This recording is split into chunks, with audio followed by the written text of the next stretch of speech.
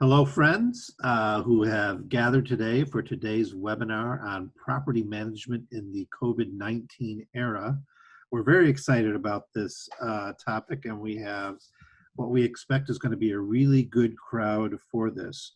We also have a very stacked panel to help us walk us through this subject.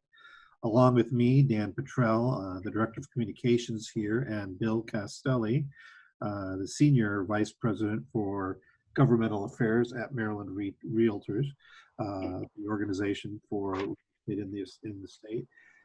We welcome you, and we also welcome our panelists, starting with our moderator today, Delegate Marvin Holmes. The Honorable Delegate Holmes was first elected to the Maryland House of Delegates in 2002. He represents District 23B in Prince George's County. Delegate Holmes is the former chair of the Maryland House of Delegates Democratic Caucus and is now chair of the Housing and Real Property Subcommittee, one of the most important and active subcommittees dealing with real estate issues. He is a strong supporter of real estate issues, realtor issues, which shouldn't surprise anyone given that he has been a Maryland realtor himself since 1992. Delegate Holmes is also a member of the National Association of Real Property Managers. So he knows a lot about this topic, and he makes the ideal moderator for this session. Joining him are three panelists, all experts in the property management realm. Michael Cerrito, he's the broker and owner of Cerrito Realty. He is a full-service real estate broker with more than 60 years experience. One of his services is property management. He is too, along with Delegate Holmes, is a member of the National Association of Real Property Managers. He is a past president of the Prince George's County Association of Realtors and a past director of Maryland Realtors. And as well, he is a long-serving member of local and state legislative and forms committees. Next up is Chris Majerle. I hope I said your last name correctly there, Chris. He is a realtor emeritus with 44 years in real estate and over 35 years in property management, rental and community associations. He is also a past chair of Prince George's County Association of Realtors and the Greater Capital Area Association of Realtors Property Management Committees.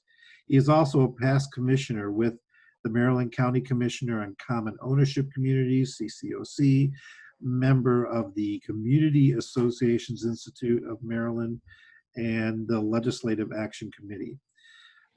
Finally, to round out our esteemed panel is Kathy Kelly Howard. She is a general counsel for Regional Management Incorporated, a large rental property management firm located in Baltimore. She is the past president of the Maryland State Bar Association. And Kathy has been engaged in policy development affecting landlords and tenants for well over 20 years. So with that, we would like to welcome this esteemed panel, and we're going to turn it over to Delegate Holmes.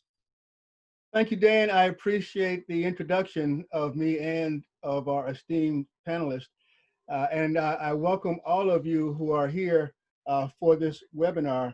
And we are looking forward to this being a very productive and informative meeting.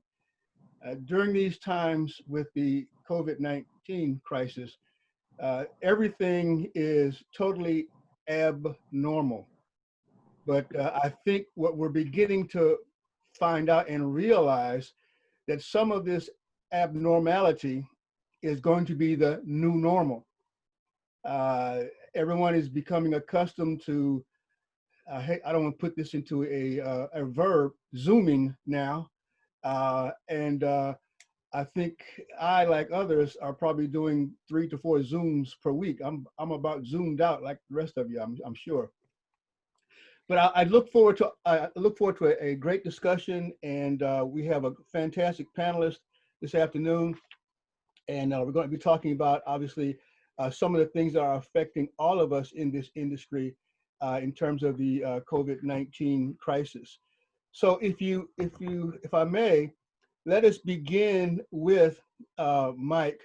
And Mike, if you could start giving us a conversation about managing in rental properties and your focus on single families. Go ahead, Mike, take it away. Thanks, Marvin. I appreciate it. And a little correction from Dan. I haven't been doing this for 60 plus years. My family business has. I'm not that old yet. I've only been doing it for about 32. So like Dan said, my name is Mike Cerrito. Just to give you some perspective, I'll only be talking mostly about single family property management. And our firm manages approximately 140 to 150 tenants in 4 counties right now. So along with what Marvin was saying, we've all heard so many times recently, we're living and working in uncharted territory due to COVID-19. So that being said, just know there's no exact single right answer for every situation. What I'm going to discuss with you is some of what I have seen and heard in my experience with single family rentals during the state of emergency, how we've addressed those situations. I would love to hear in the comments or questions section if people have additional suggestions about how to handle things. First and foremost, when it comes to single family property management and pretty much any real estate, communication's key. I often use the term discuss and document, because every time you discuss something, you need to document it to protect yourself and protect your owners. So communication with your owners to discuss how to handle tenants who can't pay due to COVID-19 and to work out a plan with the owner for that situation. Each owner's circumstances are different, so never assume one answer fits all. And again, document that communication. Discuss with your owners if a disruption of rental income will create a hardship paying their mortgage. If so, the owners should consider contacting their lender to discuss forbearance. Opinions vary on this, but I would encourage an owner to have that conversation with their lender before it becomes an emergency. At least find out what the process is. Communicate with your tenants. If they inform you of an income disruption or if they don't pay on time, you need to be in touch with them. Try to find out, if you can, how long the income disruption will be.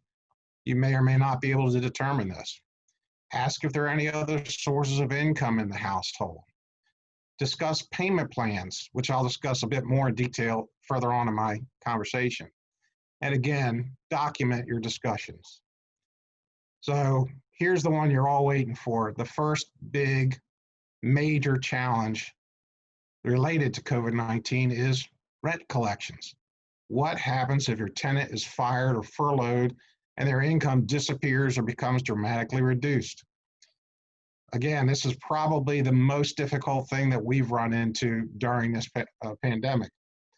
So my suggestions are, first, you need to look at your lease. Be familiar with the particulars of that tenant's lease and history. How long have they been a tenant? What's their payment history? When does the lease expire? Does the lease address early termination by the tenant for loss of income or death of major wage earner? You'll need to be familiar with the new federal, state, and local laws related to the pandemic and leasing and your remedies as a landlord. So, and I know that's going to be discussed further by another panelist. But right now, you can't evict. Many Maryland jurisdictions prohibit late fees. Many jurisdictions have eliminated rent increases. Just a few. So as a business owner or as a business property manager operator, you need to set a policy or at least guidelines that you apply to all tenants equally, based, of course, on communication with the owners you represent. So step by step, how you can deal with tenants who can't pay. In that, what you're setting out, you have to keep the Federal CARES Act in mind, state laws, and now local laws in mind when setting your policy or guidelines. For example, in the main county I work in Prince George's, again, no late fees or penalties during the state of emergency, no rent increases during the state of emergency, and you must offer payment plans if the income reduction was related to COVID-19 and they've proved it. This was retroactive from the beginning of the state of emergency, March 5th, and lasts for up to 90 days after the state of emergency is lifted. We're not exactly sure when the state of emergency is going to be lifted. At least I'm not sure. So other jurisdictions in Maryland have similar new laws. So be sure to check with your local jurisdiction and be sure that whatever policy or guidelines you set out regarding this, you put in writing. So some ideas to consider for non-paying tenant plans. And again, there's no surefire cure to this. These are just items that we've looked at, we've dealt with, we've discussed. Some have worked partially, some don't. So allow the tenant to terminate or break the lease early and vacate. And some of you are probably going, what? Why would I let them break the lease? Well, if they can, this is going to open the property up to being able to get a new tenant in. At least in the areas I work in, single-family residential leasing is still brisk right now, so it's not difficult to refill an empty property. Leasing empty units is quick. In my opinion, the landlord-tenant laws in Maryland and most metro jurisdictions within Maryland are weighted heavily in favor of the tenants anyway, even if it's just as it relates to the time it takes to get results. So you can't really go to court right now anyway, so it's better to come to an agreement, allow lease to break and move on. If you can, if your lease allows it, and if the tenant will cooperate. The result of the owner is likely going to be much less downtime, less loss of rent in the long run. And let's face it, now's not really the time to be hard-nosed since our normal remedies with tenants are basically on the shelf right now. Another idea is to allow for delayed payment due date. So this works if your tenant has a short-term disruption in income, make your due date the 15th of the month temporarily instead of the 1st of the month. Another idea is to allow for partial payments. Now I know it's been drilled into all of our heads in this industry, don't accept partial payments. But you have to be able to make adjustments that fit the times and the needs of both your owners and your tenants. This is one of those times where you may have to make that adjustment. Another idea is rent deferral to future months. So if you're going to allow a missed month or 2 months and you still have a remaining term on the lease, you can possibly spread that rent out over the remaining term of the lease. Just to use round numbers, for example, if you have a $1,200 a month rental, an extra $100 a month on future months, you could basically skip a month. That may be helpful, may not. It all depends on what your tenant situation is. You can also suggest to tenants that they may be able to get an advance on a credit card or credit line. Again, this is not going to work for all, but it may work for some. You can also talk to your tenants and suggest that if they have a 401k or retirement plan, they may be able to make emergency withdrawal to keep the rent paid. They need to check with their plan administrator for consequences like taxes or penalties, of course. Finally, be familiar with emergency rental assistance programs in the jurisdictions where your tenants are.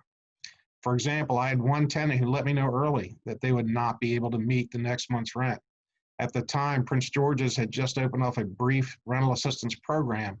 The tenant applied and received the money, paid the next month's rent, and they're back to work now.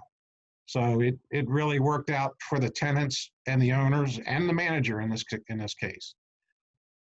Once again, whatever agreement you come to with your tenants for payment, be sure it's reduced to writing in detail, signed by the parties, preferably as an amendment to your lease, so that everybody knows what they have agreed to.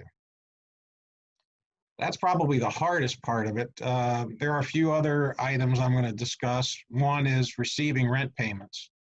So obviously everybody has the ability to do electronic online payments versus regular checks and money orders.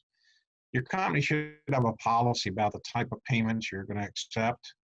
And that policy should be in coordination with the actual payment terms in the lease. So everyone's concerned about catching COVID-19 from handling paper or cash, but not all tenants have the ability to pay electronically. You may need to accommodate those who do not. I have tenants who want to pay by personal check hand delivered every month. We've tried to talk them out of it, but that's just what they want to do. I have tenants who want to pay by money order every month. I have tenants who have never had a checking account and want to pay electronically only. So you have to be able to be somewhat accommodating or flexible, because the point as a manager is to collect the rent for the owners.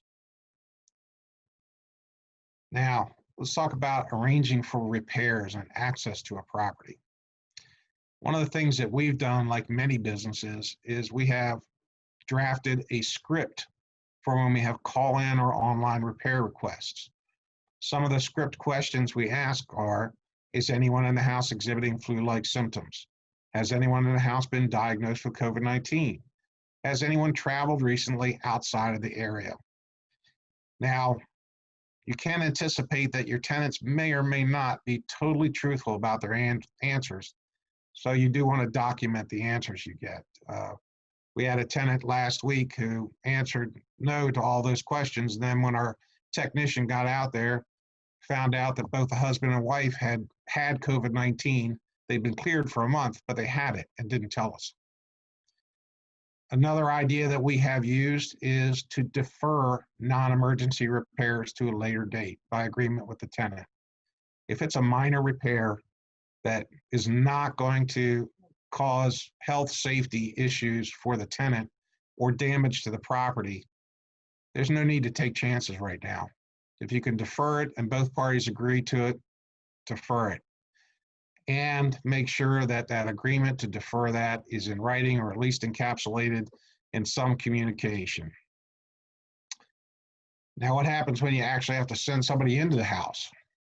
So what we do is we are making sure that our maintenance contractors that we use and maintenance workers are wearing their PPE, wearing masks, gloves. We tell them to spend as little time as possible in the house and to touch only what they're working on if possible. We have a written notice to contractors that we use requiring the use of PPE when working on properties that we manage.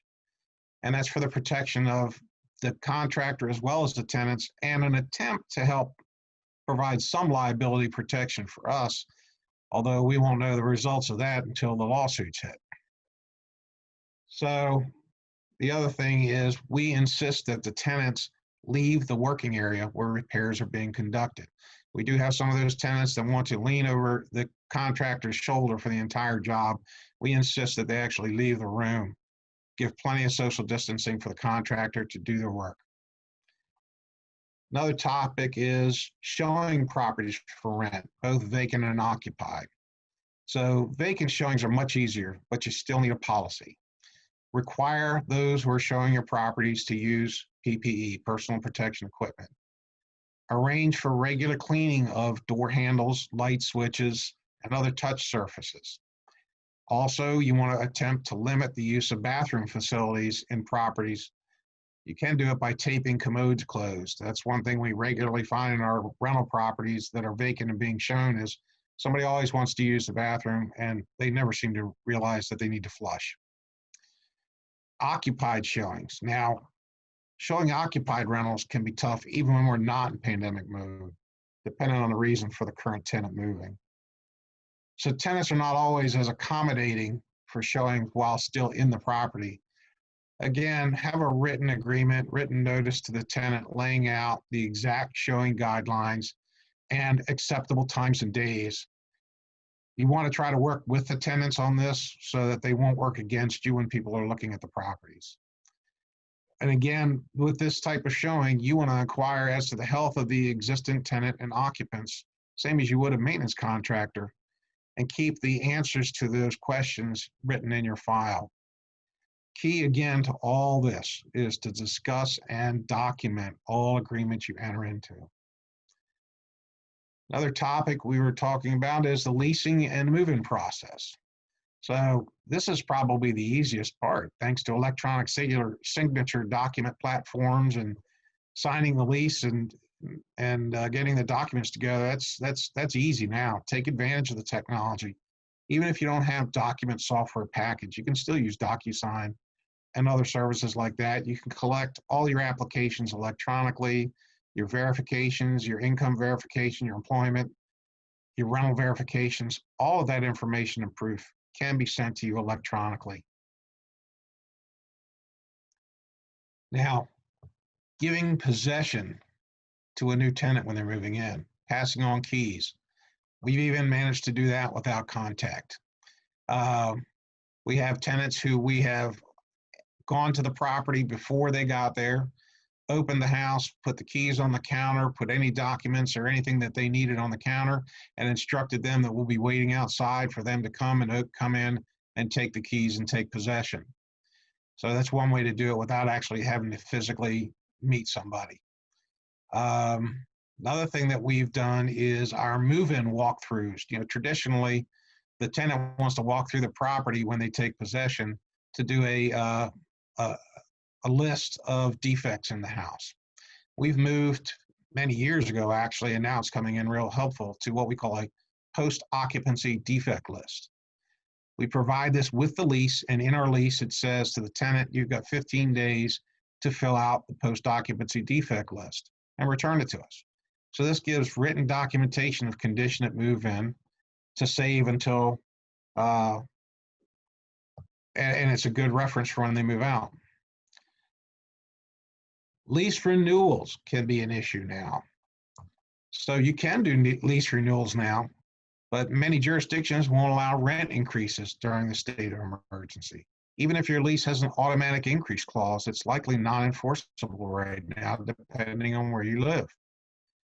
So you need to discuss and document with your owners what their wishes are. Should they extend leases now or let them go to month with the intention of a later extension when you can increase the rents again?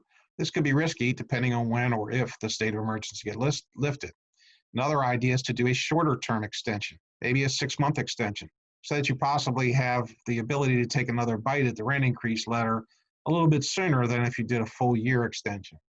It's, again, what your lease will allow, what your tenant and your landlord and your owner will agree to. Access to your rental office. Well, we've all found out all of a sudden that we're essential businesses in the state of Maryland. And through this pandemic, your office has likely been open, at least to some limited capacity. So again, we encourage our tenants and owners to communicate with us electronically, as well as our contractors. Communicate with them to contact you via phone or email, and specifically tell them access to the office is limited to key essential personnel only. You still have to provide your 24-hour emergency point of contact to your tenants, but make sure that they are aware of that contact information. So that's it for me. Well, I appreciate that, Mike. You've gone through quite a bit of things there, and we may come back to you at a later point. Absolutely. Some of the things that I made notes of is the 401k retirement. I did see that the IRS had put out that they're allowing penalties to be removed or not applied relevant to the COVID scenarios.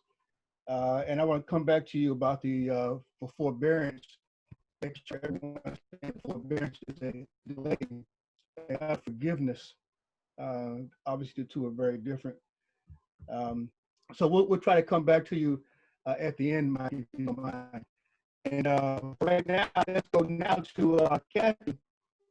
And Kathy, with your experience within our and the work systems, we want to ask you to talk to us about some of the legal issues, and if you can unmute yourself and you can talk to us, we certainly appreciate it. Mute. Kathy.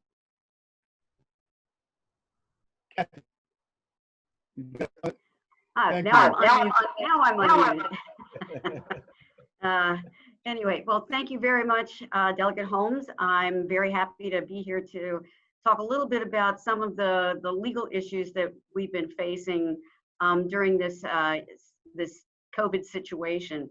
I think the primary things that I'm going to be talking about is really the interplay between the governor's order, which declared the emergency, and the fact that the courts have their own administrative orders that affect how we go to court, how we collect rent, how we deal with breaches of leases, tenant holdovers, and those various things.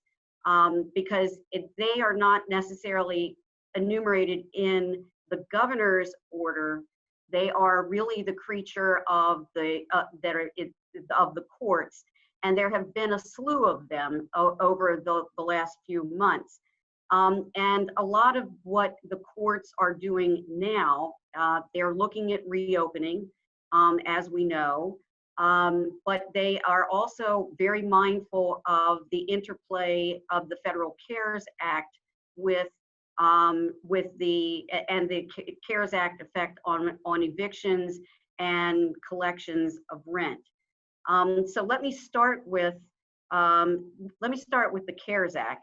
As you know, the CARES Act was enacted in March, and it applies to federally. It applies to basically federally backed mortgage loans, as well as preventing evictions as well. And there's a definition section in the CARES Act that talks about what is not an affected property, but a property that is subject to the CARES Act. And it basically is anyone who has a federally backed mortgage, is insured by the Federal Housing Administration, and any departments of the Veterans Administration. Those kinds of mortgages are all part of the CARES Act, and the forbearance mechanisms that are in there for people to take advantage of either being able to have no payment on their mortgage. And if you're a multifamily landlord and you decide and you are have a federally backed mortgage, you can ask for forbearance, but you cannot evict during that period. There's also a temporary moratorium on filing evictions for essentially anyone who is a covered property. And pretty much if you have anything like, if you participate in the Section 8 voucher program, you have a federally backed mortgage, or you're a multifamily dwelling that has a federally backed mortgage, you are going to be affected by that forbearance. The good news is that that really only lasts until July 25th. However, the District Court of Maryland has put together a new form that essentially talks about the CARES Act, because they're very concerned about making sure that they know which landlords who are ultimately going to be filing cases with them and appearing before them are covered by the CARES Act limitations. So the form, I have sent the form over to you all to take a look at, and yes, and of course my screen disappeared. What can I tell you? Hang on for just a second. And Judge Morrissey, who is the head of the district court, he's the chief judge of the district court, has put together a very, I think, very succinct outline of how the opening of the district court is supposed to be handled. And I'll just run through the highlights for you. As of July 25th, the CARES Act moratorium is over with. That doesn't necessarily mean that everything is going to open up for trials on failure to pay rent cases. However, the order that the chief judge has put out has a phased re-entry, essentially, of doing court cases. The first phase, which is actually their phase 2, runs from June 5th to July 19th. And during that time, the only trials that are going to be dealt with, and the only cases that are going to be dealt with, are emergency breaches of leases and emergency wrongful detainers, and any warrants of restitution related to them. And if you remember, an emergency breach of lease is one where there's the tenant is, or one of his invitees is posing a threat to other tenants, the landlord, or or severe damage to the property. Then in phase 3, which begins the 20th of July and runs through August 30th, they're going to broaden the number of cases that they will be hearing to rent escrows, where there is a if there is a local inspection requirement, those local inspections can actually be conducted. They will open up to regular THOs, regular breaches of leases, regular warrants, regular wrongful detainers, and any warrants that come from those cases. They will also begin to look at warrants of restitution on failure to pay rent cases that were filed in the pipeline and filed when the courts closed, and the courts closed, if you remember, on the 16th of March. And I think that now is a good time to talk about how the CARES Act declaration of compliance dovetails into how we are going to be dealing with these various cases that were in the pipeline at the time the courts closed. If you had a failure to pay rent filed between March 27th and May 22nd, you need to get a copy of the CARES Act form that is attached to this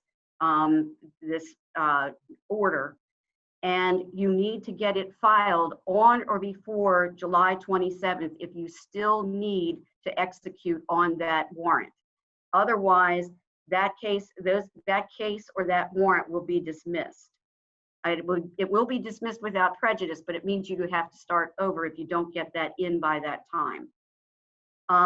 For failure to pay, the one thing that's interesting about how the district court has treated the CARES Act is this. While the CARES Act barred the filing of evictions in court, the district court still accepted filings throughout that time. And but if you have filed between if you filed a failure to pay rent case between May 23rd and July 25th, you must now have that CARES Act form attached to the failure to pay rent case, or they will not accept that filing. So if you have already filed between May 23rd and the 25th of July, you need to go back and get that CARES Act compliance form attached to your case, or they will not accept it and they will not schedule it. Going forward, when the courts open up and start accepting these failure to pay rent cases again, and that will be after July 25th, you need to make sure that each and every one of your filings for a failure to pay rent case has the compliance form attached to your complaint, or you will not be able to have that case accepted. And that's really, I think, the upshot of what has been going on with these various cases. The good news is that if you have a breach of lease or a tenant holdover or a wrongful detainer case, you do not have to attach that COVID compliance form with regard to the CARES Act, unless, and there's always an unless, unless the breach that you are filing is solely based on a failure to pay rent over and over and over again, and the breach is resulting from that. If it's any other breach of any other term of the lease other than the rent provision of your lease, then you do not have to worry about filing the declaration of compliance with that case.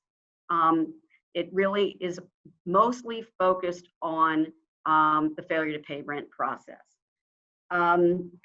The other thing that you should know about is that if you had a warrant of restitution, or a judgment for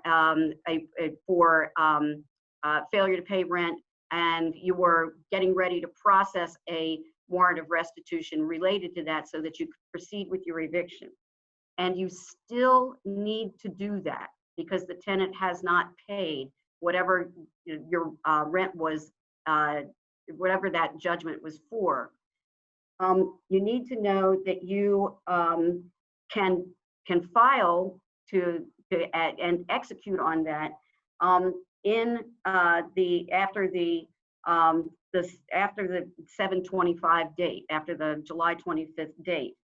However, what you need to make sure of is that your warrant of your judgment has not become stale. There is a court order out there right now that says that if you had a time-sensitive judgment or warrant, and remember the life of a judgment is 60 days. You have to file your warrant of restitution on your judgment within 60 days, or the judgment is stale. There's a court order out there that says that if you while the courts were closed, that period of time, the running of that 60 days was frozen, if you will, and you can still, once the 25th of July arrives, you can still go back and execute on that judgment by filing a warrant of restitution. But the time frame is going to be added to when it was that you got your judgment. So here's an example. It makes all this gobbledygook a little bit easier. Say you received your judgment on March 1st, and you had not picked up your warrant of restitution until March 16th. So you had a 15-day period there where you finally picked up your warrant of restitution. Your warrant of restitution would have had to have been normally scheduled within 60 days of picking up that warrant. However, you couldn't pick up the warrant because the courts were closed. What you have to do is add whatever time to that 15 days for the court closure period, and then start figuring out when you can schedule that warrant of restitution with the sheriff before the additional 60-day period starts to run. I hope I've made that clear. It's a lot of math to do, but the good news is that the court is not essentially voiding all of the things that happened prior to the court's closing or during the period of time that the courts have remained closed. And that, I think, is pretty much most of the things that you need to know about you need to know when they're actually going to start trying failure to pay rent actions and when they're going to start accepting failure to pay rent actions. The court is going to accept new failure to pay rent actions on or about July 27th, I believe. That's what they said. But they are not going to be tried until the courts go into what is known as their phase 4, which begins August 31st and lasts to October 4th. They will then begin to schedule trials after that period of time. So you're going to have, even though you file it, you're not going to get a trial date for much longer time. But that doesn't mean that you can't file, and you just need to make sure you've got all the right documents to back yourself up. And that's pretty much, now, Delegate Holmes, did you want me to talk a little bit about the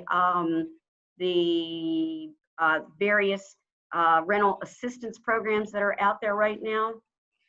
I think what we like to do is let's talk about that at the end.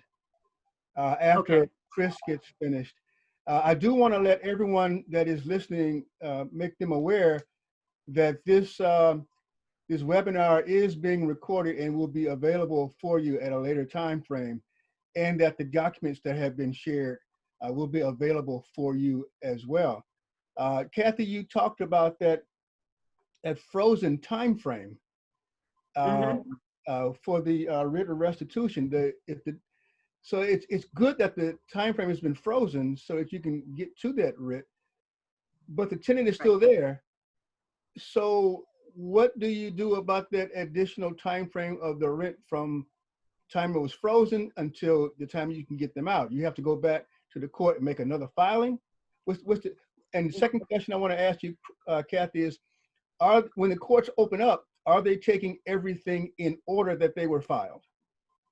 That's a good, I'll take your second question first. That is a very good question. And I actually do not have a clear answer for that regarding that. I think that what the courts are truly asking the landlord community to do is to take some time and figure out what things what cases that you had in the pipeline and see if they are still viable cases. Meaning, has your tenant paid rent and on those that would affect those judgments and in essence be a dismissible case. I think in our practice, I think about 85 to 90% of all of the cases that we had in the pipeline when the courts closed, the tenants have paid, and now we've got to go back and essentially file a long list. The judges will accept a court filing. You don't have to file a separate dismissal form for every failure to pay rent case that has been paid. Just give them a list of the case numbers and the addresses, and that's all they're asking for, so they can clear out the underbrush and do that. But if you still do have things in the pipeline, they will, I believe they're going to put the priority on those because they're letting you file and renew those in the earlier phases of the court case of the reopening. Your first question was, what do you want us to? The frozen time frame. Right. The frozen time frame is it's good for you because it's good for us because if you had a judgment which you had not picked up a writ on, it is not going to be considered to unactionable by the courts. But you do have to look at what's the date that you got it and how many days between that date that you got your judgment and the 16th of March when the courts closed elapsed, because that has to be added to the amount of days that the courts have been closed, and that will tell you how much time essentially you've got left to act on it and file for the writ of restitution. And the same thing goes for the writ of restitution. It's got a 60-day lifespan too. So if you had a warrant of restitution that you picked up on before the courts closed in that period of time, you've got to add in how much time you had before the courts closed and add that to the expiration time, I guess, at the end. Thanks, Kathy. I appreciate it. It gets a little complicated.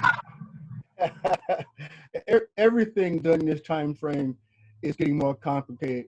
And speaking of complicated, our next panelist, Chris Majerle, is going to talk to us about some of the complications that are going forth now with the HOA, condominium, et cetera, community, because I think that the common ownership communities are probably more impacted than more than some of the rest of us, because of the nature of the communities.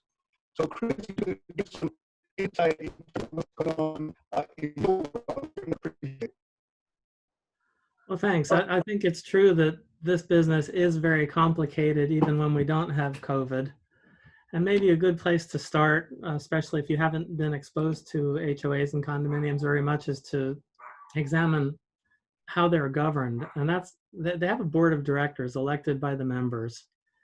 The board can be generally from 3 to 9 people. And then of course you have some people who quit and nobody steps up. So we have them anywhere from 1 to 9 people running this association.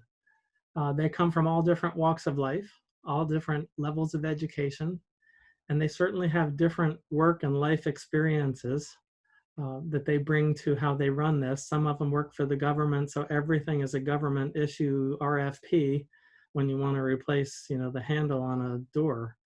And others are like, well, do we really have to get 2 bids? So they're very different. And then throw into that we have all of the different politics represented in our boards and in our membership. And I think some of the unrest we're feeling now is surfacing in our communities. And then how do they operate? Well, so far today, we've talked a lot about the law and what the courts have said and what they're going to do and what you can do and what you can't do. And we have those. We have the Condominium Act and the HOA Act, and we have our own governing documents, the bylaws and the declaration. And it kind of stops there. We don't really know what to do because we haven't had suspension of assessments, and you can file cases. You can even file liens right now. So, management will also make recommendations. Some of them follow those recommendations, some don't. We're not offended. We don't know everything, and we certainly don't have a crystal ball. But, if we've managed 50 communities and we've tried something successfully at 20, what makes you think number 21 is going to be any different? So we think they should rely heavily on what we bring to the table. And then throw into the mix that board members are personally liable for their decisions if they fail to follow the business judgment rule, which is essentially what would a prudent person do, acting in the best interest of the association with the information they had available. But again, the law and the governing documents are not suspended. So what the heck does that mean today? We know in normal circumstances, getting 2 or 3 bids is a reasonable thing to do. But what do you do when that's a reasonable thing to do and the contractors won't show up for the bids because they're afraid of COVID? Can you get the emergency taken care of on 1 bid? And then the boards are struggling with decisions based on all of that information. What about late fee waivers and other collection actions? If you've been doing payment plans for maybe 2 years, are you willing to go longer? And then again, the law is not suspended, so you can only file a lien on an assessment for 2 years. So you really can't go longer than 2 years, or you could lose your ultimate collection teeth. At some point, all these court closures and suspensions and of legal remedies are going to end. And all those back assessments are going to immediately become actionable. So a board being too lenient may actually allow owners to fall hopelessly behind. So you have to weigh that too. Are we being too helpful and too kind? In addition to collection issues, how about the closure of the playgrounds? We've got some communities that have disinfected them. Some have put caution tape around them. Some have done nothing. You want to use the playground, use it at your own risk. Of course, there's no legislation that protects us from the lawsuits if they are injured by using them at their own risk. What about closure of clubhouses and delayed or canceled swimming pool openings? To open a pool right now, nobody would open a pool right now, but maybe they're thinking about it with phase 2, phase 3 coming along. And if you haven't decided by now to open it, you may not have a pool management company. You may not have applied for your permits. You may not have your phone turned on. You may have concrete work that needs to be done. We're typically starting to get these pools ready in March and April. And if you decide in the early part of July that you'd like to open it, you'll be lucky to get it open by the end of the summer. So at this point, if they haven't started that process, they're probably not opening. And then what do you think the first question you're going to get from the members will be? Well, am I getting some of my assessments back because I didn't get all the services? And then we're going to look at Marvin and say, Marvin, did you pass that rule or that law that we have to have a reserve study and that we have to fully fund? And He tried, but no, it didn't pass. So management's recommendation is, it did pass? The reserve study bill, as you indicated, I had two bills. One was for Prince George's own one, statewide bill. The Prince George's bill passed, and the statewide did not. So I'm going to come back in next year and get the statewide reserve study bill. All right. Well, then we're going to look at the members and say, you know, we saved $30,000 on not opening the pool, but we're $275,000 short in our reserves. So maybe we'll defer that savings to our reserves and be in better shape. Meetings, you know, the law already says that a board of directors meeting can be held electronically, provided all of the members of the board can hear each other and be heard. They cannot show up by proxy. They have to show up either in person or by electronic means, Zoom or conference call or whatever. There's no such law for the member meetings like the annual meeting on election. So now we're struggling with the annual meeting supposed to happen in May, and nobody wants to sit in the room together. Sure, we could pull in proxies, but they haven't suspended the part of the law that says you have to accept nominations from the floor. So we have our proxies, and then all of a sudden someone else wants to run for the board. How did they get elected? We haven't suspended the rules, so nobody really knows what to do with the elections. Some of the boards are saying, oh, we're just going to go ahead with it.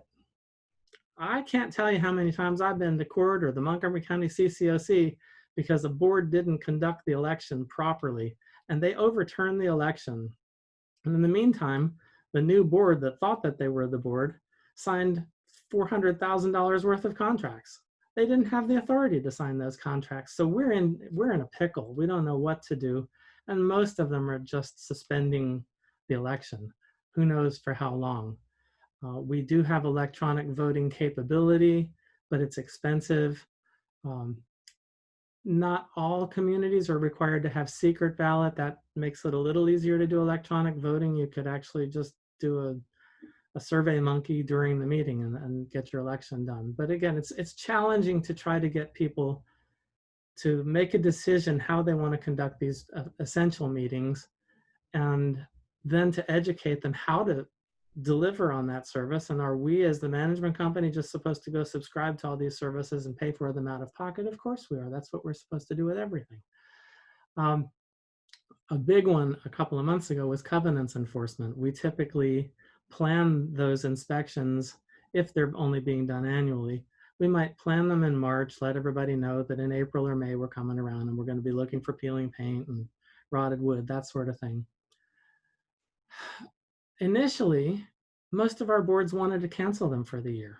Well, what does that do to next year? Now, instead of citing 200 violations, we're probably going to cite 300 or 400. It's going to be harder next year. And what we've convinced, I think all but one of our boards, is that a lot of these owners are home. They have money because they're still getting paid. In fact, some of them are making more with the unemployment checks than they were making while they were working. Try to get into a Home Depot. You're standing in line for 45 minutes because everybody's working on their house. What a great time to point out the broken windows and the peeling paint. They can actually take care of it now. So we are doing our violations on all but one of our communities. There's also an impact on management, and some of the other speakers have touched on this, but we've had reduced staffing. We've been operational. We treat ourselves as essential services because of financial and building maintenance exemptions. But we also recognize that there's more risk when you put people together. So we happen to have 2 offices and each one has multiple rooms. Our managers are in independent offices. But where they can work from home, we've let them. Now, customer service, answering the phones, is a little more difficult. It still can be done, but with the call queue, it's a little more challenging. Accounting, if you're not there to see the check, how do you post the check?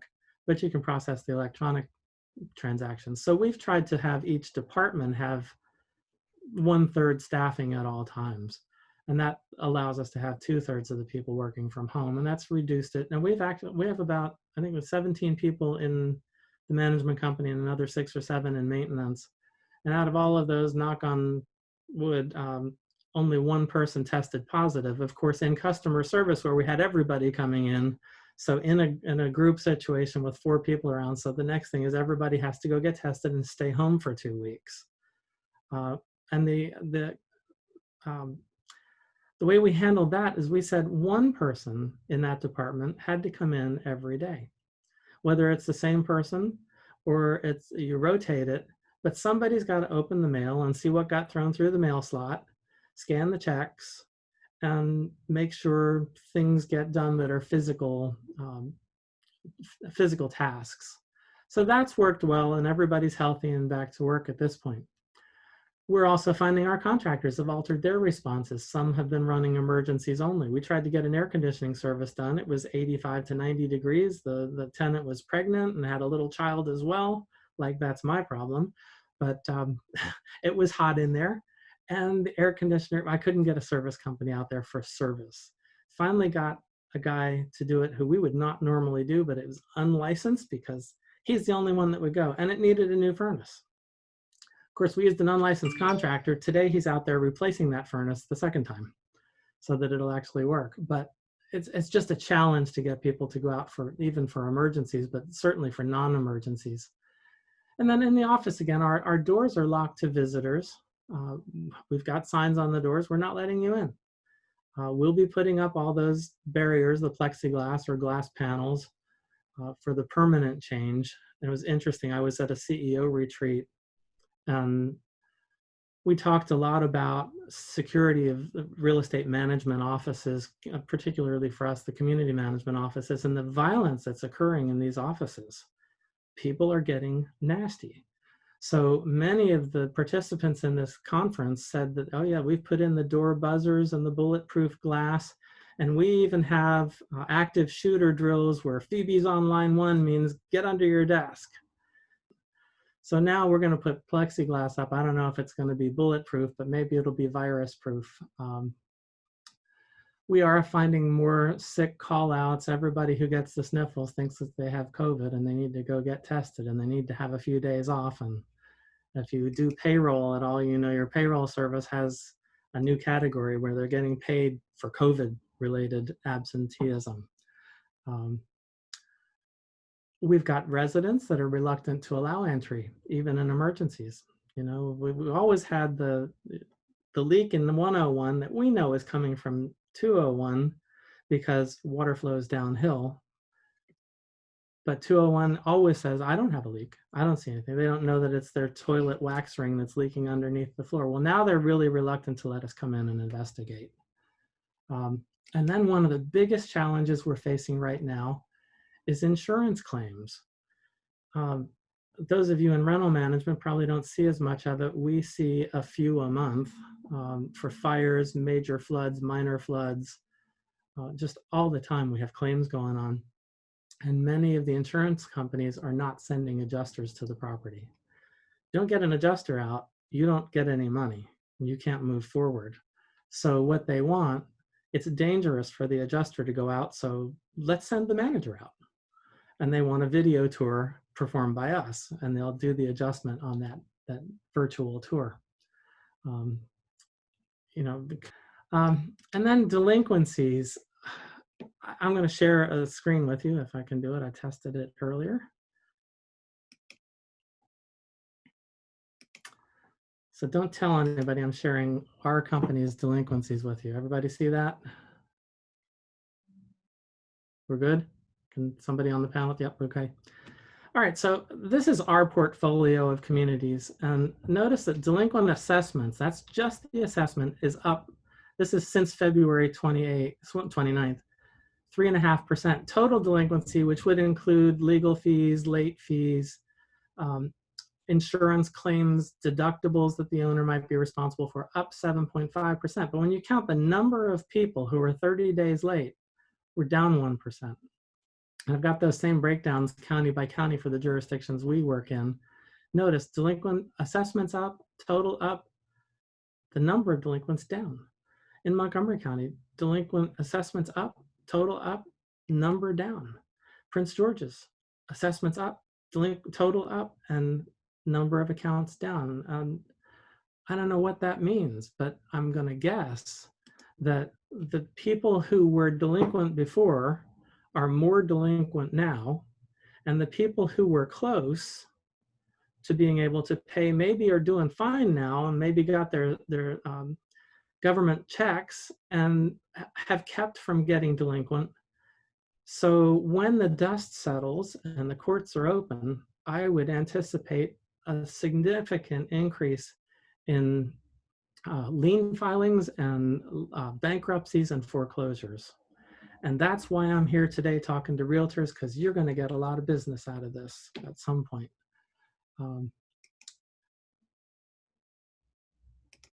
I think at this point we can open it. Well, I'll turn it back to Marvin. He can open it up to questions if he wants to. Thank you, Chris. I appreciate that. And I have had the conversation just recently about elections with some people out in Somerset County because they were trying to hold an HOA meeting and they couldn't hold it. And they were calling to get some advice from me. I couldn't find the cell phone number at 3 o'clock in the morning, so I just kind of. I think DP passed something if you want to borrow their legislation, but I haven't been able to put my hands on it. But I think they have passed an exception to the electronic voting and electronic meetings. Well, I'll look into it. I'll look into it some more. One of the things you talked about was inspections. I did have a property where they sent out a one of those helicopters with a camera on it, and the insurance inspector used that photo. It was a roof that had gone bad. Okay. And the inspector sat at the curb and sent the helicopter up and kind of did this thing, and so that seemed to work pretty well. What I'd like to do now is open up to questions, but one thing I want to have Kathy talk about just very, very briefly, because it probably helps us all out in terms of rental assistance programs, because like Chris indicated, at some point, all of these delinquencies are going to come home to roost. Mm-hmm. And it's going to be a huge wave of sell-offs or foreclosures or something, which is why I'm going to keep my license current with Bill Castelli over there, because we know something is going to happen. So Kathy, if you could explain to us a little bit about what's happening with the rental assistance programs, I'd appreciate it. Sure. There's a number of local rental assistance programs. The ones that I know of are Prince George's County, Anne Arundel County, Baltimore County, but that was a very limited one. It was open for just a week and only had $1 million in it. And Baltimore City is in the process of putting one together. I think that they have tried to shift some money around in their budget. They're trying to get up to about $13 million in rental assistance. Now, I think that one of the things that we need to make sure is clear is that these are rental assistance programs, but the fact that Chris brought up people who have assessments that they haven't paid, I think we're leaving out that's a left out portion of people who need assistance that these programs may or may not be able to reach. And Marvin, that may be something that should be brought up to the governor when he considers that there's a request to the governor right now, jointly made between the rental real estate folks and also tenant advocates, asking the governor to try to put together a rental assistance program from some of his budget and make it a statewide program, because right now everything's been locally done. And that's what we're supporting that. We don't necessarily see eye to eye with everybody who's asking for this to be done on exactly the methodology of how it should be done, but certainly there is, I think, some traction that we are trying to get to have these assistance funds work for both the property owners as well as for the residents. So I think that might not be a bad. It might not be a bad thing to open it, to suggest opening that up to property, HOA and condominium assessments that are behind as well, because that, you're exactly right, that's going to tip off foreclosures, and we certainly would like to see that not happen as well.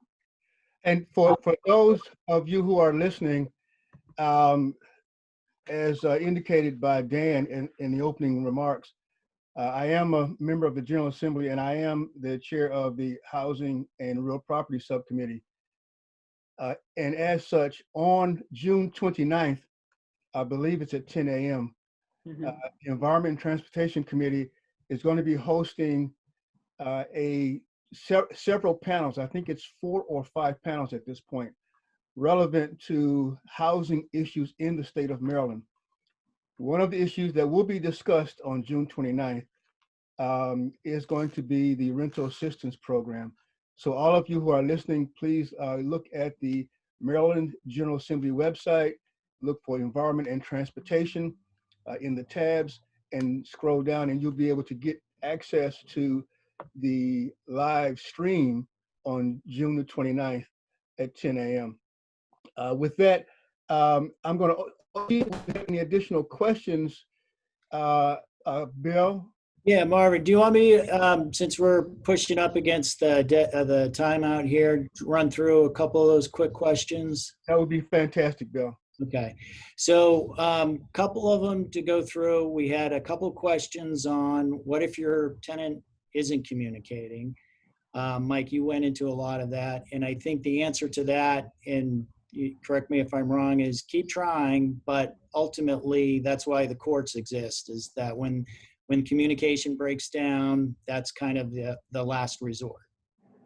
Very true. And I did actually respond to that individual privately with some information as well. But yeah, find a good attorney in that jurisdiction, use the court systems. I think that might have been the person who had submitted a prior question in writing. So failure to pay rent is not the only thing you can do, and that's actually the slowest process.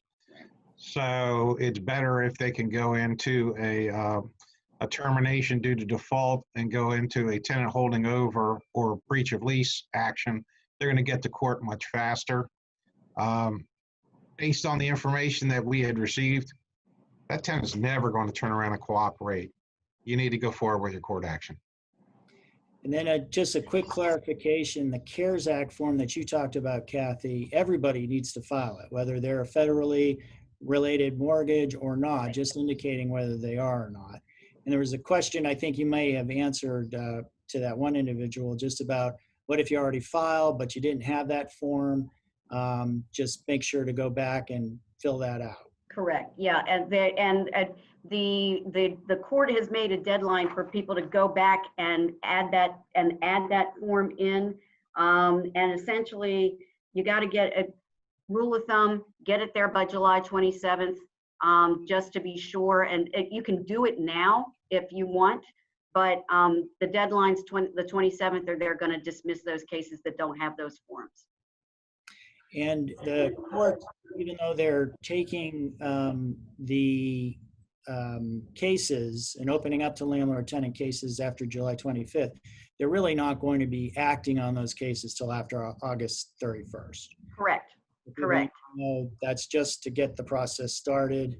Evictions, to the extent that will occur, will be after a judgment is ordered, after the sheriff can get out. So I mean, we're talking about delays that are built into this process, not just because there's a lot of them, but because of the limited resources. Right, and it's very interesting that watch your jurisdictions, because there are some jurisdictions that are now doing remote doing remote trials on emergency breaches of leases and that should prove to be very interesting. I have no idea how that's going to fly. Another question we had was just regarding the information and this was in regard to short-term rentals, about whether you should have some kind of language within your rental agreements, just explaining what the risk of renting out any property is with COVID. And I've heard from different attorneys, some recommend it, some don't see a lot of value in it. So there's a lot of, in my opinion, at least for the attorneys that we speak to, a lot of disagreement about how useful the form is. I think most fall on the side of better to have it than not. Yeah. I think I would differ there. If we claim that we cleaned your tot lot and then somebody gets COVID and claims they got it at the tot lot, well, we alleged we cleaned it. We certified it being clean. So I think maybe ignoring COVID and doing things as sensibly as you can do them without going overboard, and certainly don't say, I took care of the COVID virus, you're safe in my property. I don't think you want to say that. Right. Right. Another question that we had was, whoops, let me just get back to it. We are going to post the form, the CARES Act form, on the website, along with a couple of other documents. We had another person who said if the lease expires in August and the tenant is afraid to move out and thus refuses to, what would happen? Well, in that case, if you cannot reach agreement with that tenant, you'll again end up having to go to court. Right.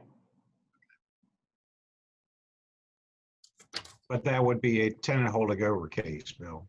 Correct. That would be a tenant holding over case. And remember, the tenant holding over case, the breach of lease case, and wrongful detainers do not need that that coronavirus form on them unless